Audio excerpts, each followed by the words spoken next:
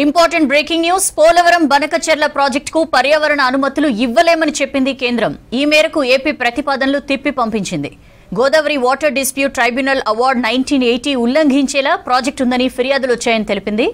అంతర్రాష్ట్ర జల వివాదంపై క్లియరెన్స్ తెచ్చుకోవాలని సూచించింది. దీనికోసం సిడబ్ల్యూసీని అప్రోచ్ కావాలని తెలిపింది. ఇన్ఫర్మేషన్ తెలుసుకుందాం. శ్రీశైలం మనతో ఫోన్ లైన్ లో జాయిన్ అవుతున్నారు. శ్రీశైలం, ఎంత ఇంపార్టెంట్ డెవలప్మెంట్ గా చూడాలి దీన్ని? బనకచెర్లకి పర్యావరణ అనుమతులు ఇవ్వలేమని చెప్పింది కేంద్రం. సౌజన్య, మొదటి నుంచి కూడా ఏపీ ప్రభుత్వం బనకచెర్ల మీద దూకుడుగా వెళ్తూ వచ్చింది. కేంద్రంలో సపోర్ట్ ఉందని చెప్పి మొదటి నుంచి కూడా తెలంగాణను సంప్రదించకుండానే, తెలంగాణతో సంబంధం లేకుండానే, అసలు తెలంగాణకి ఏమాత్రం ఇందులో భాగస్వామ్యం లేదు, లేకపోతే దాని అవసరం లేదు అన్నట్టుగానే మాట్లాడుతూ నేరుగా కేంద్రానికే ప్రతిపాదనలు సమర్పించారు. జనరల్ గా ఏ రివర్ మీద ఉంటే ఆ రివర్ కి సంబంధించిన బోర్డుకు ప్రతిపాదనలు ఇస్తే అక్కడ నుంచి కేంద్రానికి వెళ్ళిన తర్వాత ఆ తర్వాత కన్సర్న్ రాష్ట్రాలకు సమాచారం ఇచ్చిన తర్వాతనే ఏ ప్రాజెక్టు ముందుకు వెళ్లాల్సి ఉంటుంది. కానీ ఏపీ ప్రభుత్వం తనకు బలం ఉంది, లేకపోతే తనకు మద్దతు ఉంది, కేంద్రంలో తన భాగస్వామ్యం ఉందనేటువంటి ఉద్దేశంతో మొదటి నుంచి కూడా ఈ విధంగానే వ్యవహరిస్తూ వచ్చింది. కానీ దానికి ఎక్స్పర్ట్ అప్రైజల్ కమిటీ బ్రేకులు వేసిందని చెప్పుకోవచ్చు. ఇటీవల ఎక్స్పర్ట్ అప్రైజల్ కమిటీకి ఏపీ ప్రభుత్వం బనకచెర్ల ప్రాజెక్ట్ సంబంధించినటువంటి ఒక డీటెయిల్డ్ రిపోర్ట్ ని సమర్పించింది. దాని మీద ఒక సమావేశం కూడా జరిగింది.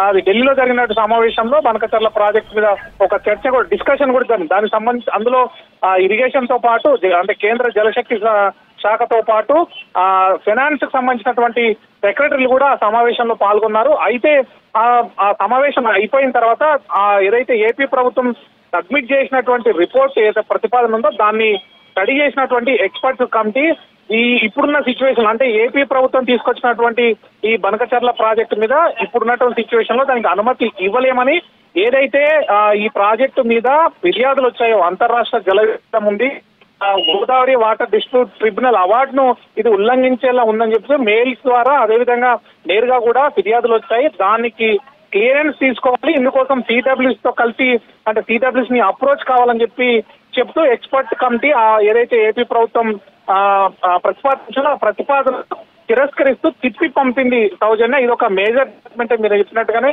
అయితే ప్రజెంట్ వాళ్ళు ఏదైతే పర్యావరణ అనుమతులకు వెళ్ళాలి అంటే టీఓఆర్ సబ్మిట్ చేసే ముందు పర్యావరణానికి సంబంధించినటువంటి అసెస్మెంట్ వెయ్యాలంటూ మీరు టీఓఆర్ అంటే టర్మ్స్ ఆఫ్ రిఫరెన్స్ సమర్పించే ముందు ఖచ్చితంగా ఏవైతే ఇష్యూస్ ఉన్నాయో ఈ అంతర్రాష్ట్ర జల వివాదానికి సంబంధించినటువంటి క్లియరెన్స్ తప్పనిసరి అంటూ అందులో మెన్షన్ చేసింది. అంటే ఖచ్చితంగా ఇప్పుడు ఏపీ ప్రభుత్వం మనకు తెలంగాణ అప్రోచ్ కావాల్సి ఉంటుంది, అదేవిధంగా ఈ సిడబ్ల్యూసీని కూడా అప్రోచ్ కావాల్సి ఉంటుంది, కేంద్ర జల సంఘంతో కలిసి తెలంగాణను అంటే తెలంగాణకు అడగాల్సి ఉంటుంది, ఖచ్చితంగా దీని మీద క్లియరెన్స్ ఇవ్వాలని చెప్పి. అంటే ఈ విధంగా మనం చూసినట్లయితే ఖచ్చితంగా మేజర్ డెవలప్మెంటే.